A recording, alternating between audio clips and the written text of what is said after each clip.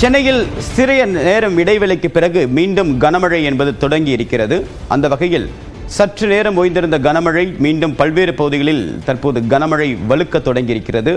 வள்ளுவர் கோட்டம், நுங்கம்பாக்கம், அண்ணா சாலை உள்ளிட்ட சென்னையுடைய பிரதான பகுதிகளில் கனமழை என்பது தொடர்ந்து பதிவாகி வருகிறது.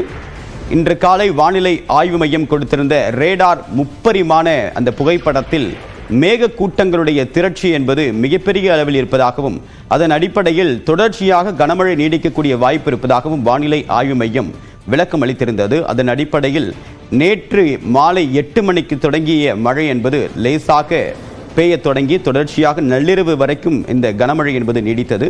பிறகு மீண்டும் அதிகாலையில் தொடங்கிய கனமழை சில அரை மணி நேரத்திற்கு சரியாக 12 மணி வரைக்கும் கனமழை தொடங்கியது. ஒரு அரை மணி நேர இடைவெளிக்கு பிறகு மீண்டும் கனமழை என்பது தொடங்கியிருக்கிறது. நீர்வரத்து, நீர்நிலைகளுக்கான நீர்வரத்து தொடர்ந்து அதிகரித்து வரக்கூடிய நிலையில் மீண்டும் சென்னையில் கனமழை என்பது பதிவாகி வருகிறது. விரிவான தகவலுடன் நம்முடைய செய்தியாளர் தமிழரசி, விவரம் என்ன? தேவப்பிரியன், இன்று அதிகாலை முதல் கனமழை பெய்து வந்த நிலையில் கடந்த அரை மணி நேரமாக மழை லேசாக விட்டிருந்தது. இந்த நிலையில் தற்போது மீண்டும் கனமழை சென்னையில் பரவலாக பெய்ய துவங்கி இருக்கிறது. இன்னும் சில மணி நேரங்கள் இந்த மழை நீடிக்கும் என வானிலை ஆய்வு மையம் குறிப்பிட்டிருக்கக்கூடிய சூழலில் தற்போது சிறிய இடைவேளைக்கு பிறகு தற்போது மீண்டும் சென்னையில் கனமழை பெய்ய துவங்கி இருக்கிறது.